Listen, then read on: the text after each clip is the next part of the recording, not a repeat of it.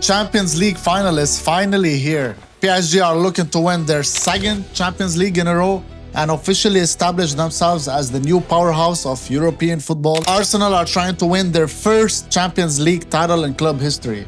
One fan base is dreaming about a dynasty. The other fan base probably hasn't slept for about 3 weeks. Today we're breaking down the expected 11, strengths, weaknesses, key battles, and at the end I'll give you my prediction for the final score. Let's get into it. PSG starting 11. In goal, Savonov. Back 4, Hakimi, Marquinhos, Pacho, Nuno Mendes. In the midfield, pretty obvious, João Neves, Vitinha, Zaire Emery.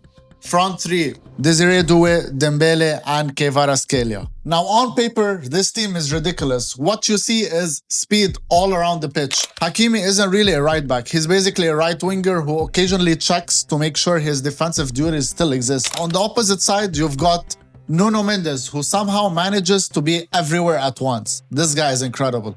If you look away for 5 seconds, he's already made 2 overlapping runs and appeared in a completely different zip code. And then you've got Kvaratskhelia, who's the X factor, in my opinion, PSG's most dangerous player.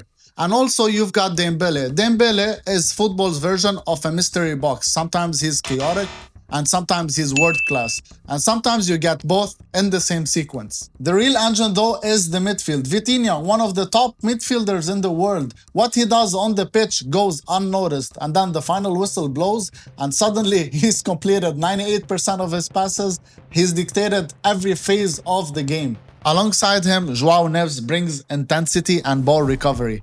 Zaire Emery brings energy and athleticism.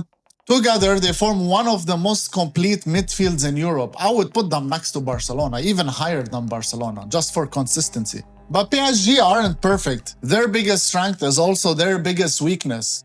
Nuno Mendes and Hakimi, when they go up the pitch, they leave gaps behind. If Arsenal survives the pressure from PSG and break quickly through Trossard and Saka, there will be opportunities, man. There will be chances. The only question is, can Arsenal actually find these moments? Can they survive long enough to find these moments?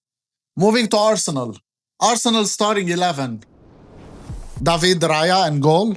Back 4, Timber, Saliba, Gabriel, Calafiori. When it comes to the midfield, I would go with Declan Rice and Eze. The third option, I wouldn't know who to put. Because you can go with Zubimendi, which means you're playing defensive. You can play Luis Kelly, which is a good ball distributor and a good defender. In the attack, you have Saka, Gyökeres, and Trossard.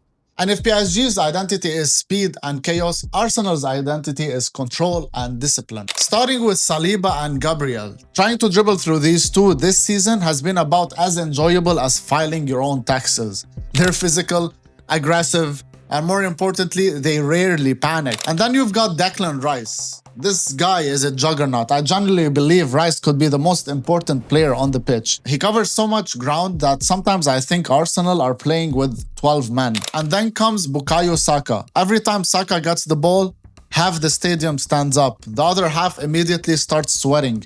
And with Trossard on the opposite side, Arsenal have the pace to punish any mistakes PSG make in transition.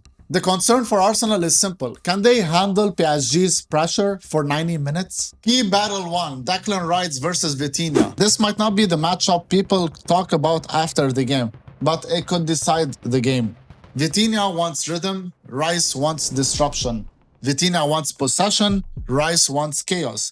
This is the football's version of a chess match. Key battle 2, Hakimi versus Trossard. This one is pure entertainment. Hakimi wants to attack, Trossard wants to counter. Whoever forces the other player to defend more will probably win this duel. And trust me, neither one of them wants to spend the evening tracking back. Key battle 3, Saliba, Gabriel versus Dembele and Kvara. I know Timber is part of it too, but Dembele wants to create chaos. Kvara wants to go into tight spaces and find gaps in between the defense. Saliba and Gabriel want to restore order. It's basically every superhero movie ever made. So how will each team come out on top? For PSG, it's simple. You gotta score first and you force Arsenal to attack. For Arsenal, however, patience is everything. stay structured, stay compact, absorb all the pressure. This is honestly one of the hardest finals to predict in recent years. PSG has explosiveness, Arsenal has defensive structure. But if I had to choose, I'm gonna go with Arsenal 2-1 against PSG. Arsenal has been the team to beat this season. They've been undefeated in the Champions League. Honestly, this prediction could go either way, but what do you say? Let me know your thoughts in the comments. Who wins the Champions League, PSG or Arsenal? If you enjoyed this breakdown, make sure to like and subscribe to the channel, and I'll see you guys after the final. At ease!